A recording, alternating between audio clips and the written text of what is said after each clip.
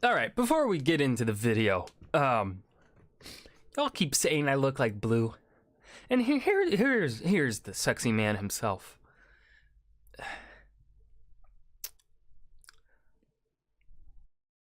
I don't see it. My hair doesn't curl like that. I'm jealous, but I don't look like that. That's not what I look like. I don't even think. Maybe our jawline might be kind of similar. Maybe I don't see it. I don't see it. I don't see it. Nope. Nope, I don't see it. I don't believe you guys. You guys keep saying it, but I don't believe it. Anyways, on to the video. All right, hey guys. Today we're going to be watching another Miscellaneous Myths. I can't get enough of it. I love the series. This time, Eros and Psyche. This one is a Valentine's Day related one. Well, it's past Valentine's Day, and I'm not waiting until next Valentine's Day to watch it. We're going to watch it now. I'm single and lonely. So there's that. So this is probably going to make me sad. Anyways, let's go ahead and dive right in. This is a true story. Last year, spring quarter, for my third quarter of Greek thought and literature, I took a course on love. My teacher was an absolutely gorgeous man with a beautiful accent and the most piercing of eyes. Your essay is overdue. And one of the things he taught us was that, for the Greeks, love had many different meanings. There was agape, the... I don't think I even have the option at my university to take a class like that. And I'm kind of sad. Agape, pure unconditional love / affection. Not to be confused with philia. Unconditional love of one's fellow humans. Philia, platonic love of one's friends. Storge, Bro love love. of family. And Eros. Now, of these four, Eros is definitely the most well-known. It's the deep, passionate love one feels for a romantic and or sexual partner. And, not so coincidentally, it's also the name of the Greek god of love. Eros, as far as gods go, has been through many, many incarnations. There's the aspect of Eros that's an ancient, primordial deity older than the gods themselves. And in that incarnation, Eros is characterized as a being even more powerful than Zeus, in part because he can jerk... Whoa. More powerful than Papa Zeus? That's big. the guy around like a puppet. See every myth where Zeus couldn't keep it in his pants, also known as every myth. There's the aspect of Eros that's the child of Aphrodite, representing love as a consequence of beauty. And then there's Cupid. We don't like to talk about him. Now, typically, those first two representations exist concurrently in the same character. Eros will simultaneously be Aphrodite's son and a powerful and ancient force that even the gods fear. I say typically, but really there's only one data point to draw from. There's one major legend about Eros, and that is the myth of Eros and Psyche. So, Psyche is a princess, but not just any princess, a beautiful princess. Oh, she's hot. Plot twist? But she's not just any beautiful princess, she's a lonely beautiful princess. Plot twist? But she's not just any lonely beautiful princess, she's a lonely beautiful princess even more beautiful than Aphrodite. Oh, that ain't good. In fact, since Psyche is so incredibly beautiful, people have started worshipping her instead of Aphrodite. My god, it's just like high school. Now, those of us from... Whose fucking high school is this dramatic? Did I just not notice this shit? Or was my high school normal? What?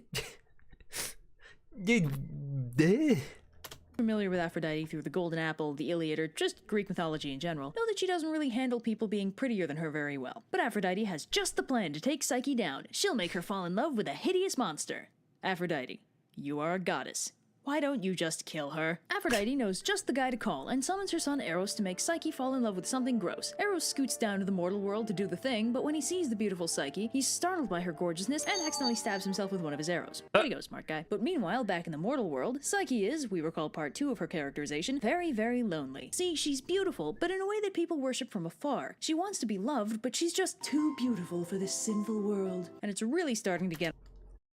Oh, those silly Greeks. On her nerves. So she goes to the Oracle and asks her if she'll ever find true love, and the Oracle responds that she will, but she'll fall in love with a terrible monster that even the gods fear. So Psyche is taken to a big scary cliff and I see the twist of words there, because Eros is so powerful that they fear him, And he's like kind of seen as a monster by them, I guess, but he's not really a monster. He's actually a pretty attractive dude.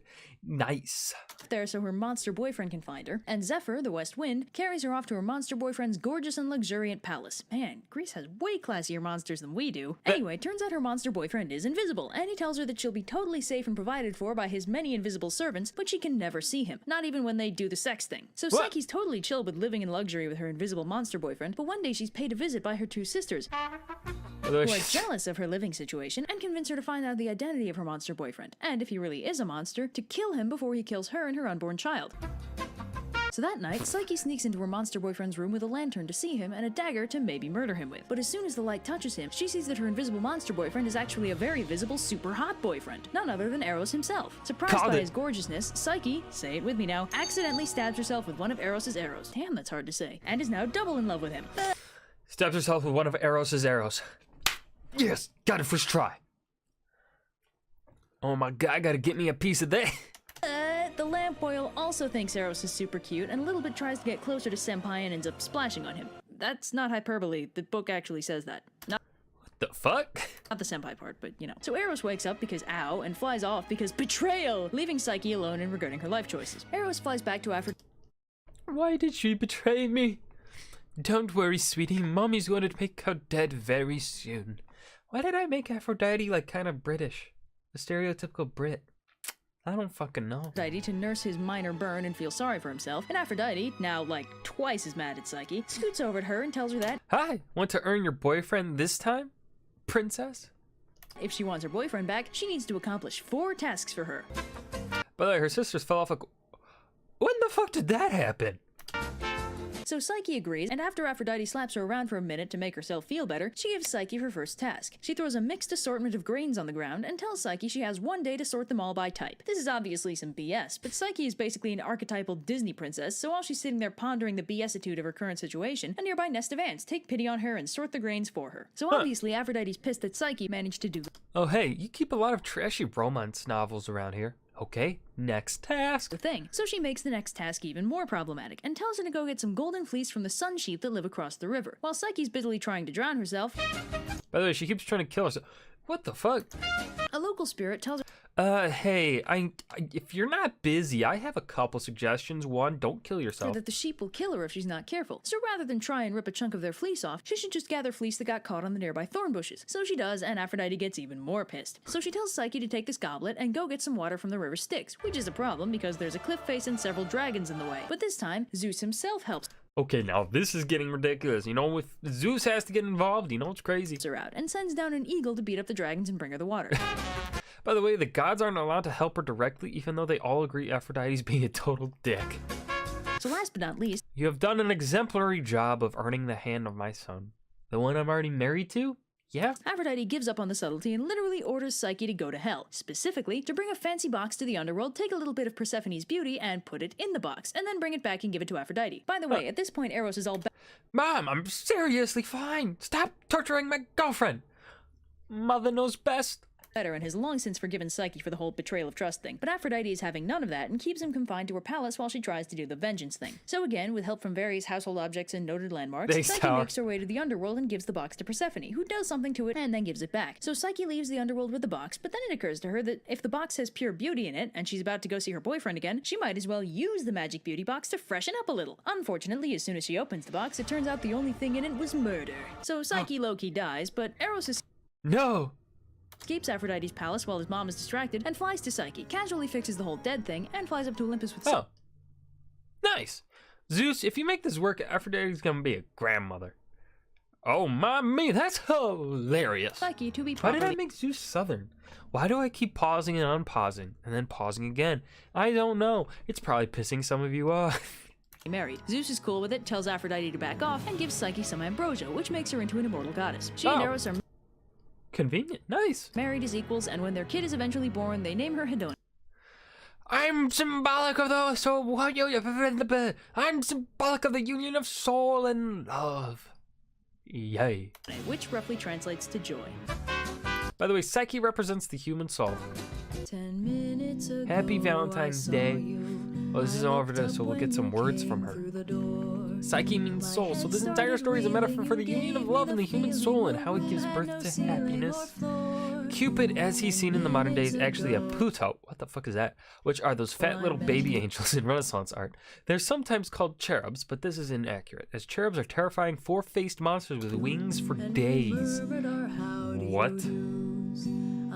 Psyche's sisters fall off a cliff because they try to get Zephyr to fly them to Eros' palace.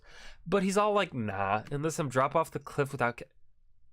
He murdered his wife's, his girlfriend's sisters? What the fuck?